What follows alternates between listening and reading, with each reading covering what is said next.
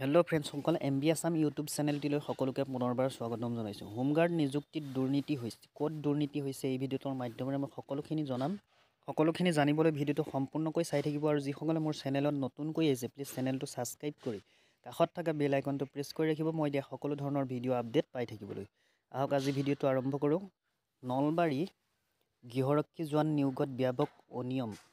ইয়াতে পেপাৰত এটা কাটিঙত লিখিছে যে 12 ডিচেম্বৰ তাৰিখে এইটো নিউজ হয়। নলবাৰী গৃহৰক্ষী স্বেচ্ছাসেৱক জোৱান নিয়োগৰ নামত ব্যাপক অনিয়ম সংঘটিত হোৱাৰ অভিযোগ তীব্ৰ প্ৰতিক্ৰিয়াৰ সৃষ্টি কৰিছে।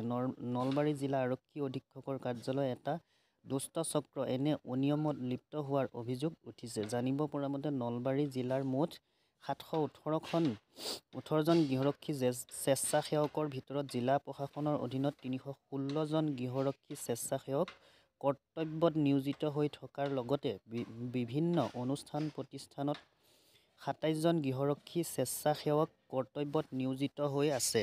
শেহতীয়াকৈ জিলাখনৰ কৰ্মৰত 172 গৰাকী গৃহৰক্ষী জোৱানৰ এখন তালিকা প্ৰকাশক লৈ ব্যাপক চৰ্চা চলিছে। জিলাৰ আৰক্ষী ছাউনীৰ কাৰ্যালয়ৰ বাৰাণ্ডাত 172 জনীয়া তালিকা এখন প্ৰকাশৰ পিছত সৃষ্টি হয় ব্যাপক প্ৰতিক্ৰিয়াৰ।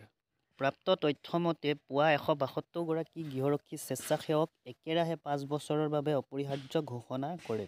বাকী 145 জন গৃহৰক্ষী স্বেচ্ছাসেৱকক আৰক্ষী অধীক্ষকৰ ফালৰ পৰা 6 মাহৰ পিছত ৰদ-বদল কৰিব বুলি জনোৱা হয়। অৱশ্যে এই সিদ্ধান্ত লিখিতভাৱে জনোৱা নাই বুলিও জানিবলৈ দিছে। এনেদৰে 5 বছৰৰ অপৰিহাৰ্য হ'লেই জিলাখনৰ বহু কৰ্তব্যপৰায়ণ গৃহৰক্ষী স্বেচ্ছাসেৱক পুনৰ কৰ্তব্যত নিয়োজিত হোৱাৰ পথ ৰোধ হৈ পৰাৰ আশংকাত ভুগিছে।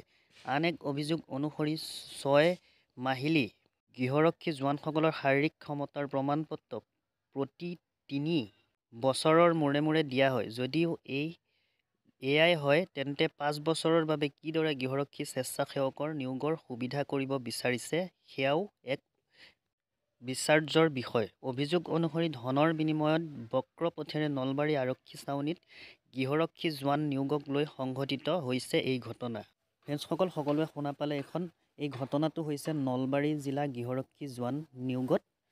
গতিকে ফ্ৰেণ্ডসকল, ভিডিঅ'টো চাই যদি ভাল লাগিলে প্লিজ লাইক কমেণ্ট শ্বেয়াৰ কৰিব আৰু যিসকলে মোৰ চেনেলটো ছাবস্ক্ৰাইব কৰি ৰখা নাই প্লিজ ছাবস্ক্ৰাইব কৰি কাষত থকা বেল আইকনটো প্ৰেছ কৰি ৰাখিব মই দিয়া সকলো ধৰণৰ ভিডিঅ' আপডেটসমূহ পাই থাকিবলৈ। ধন্যবাদ।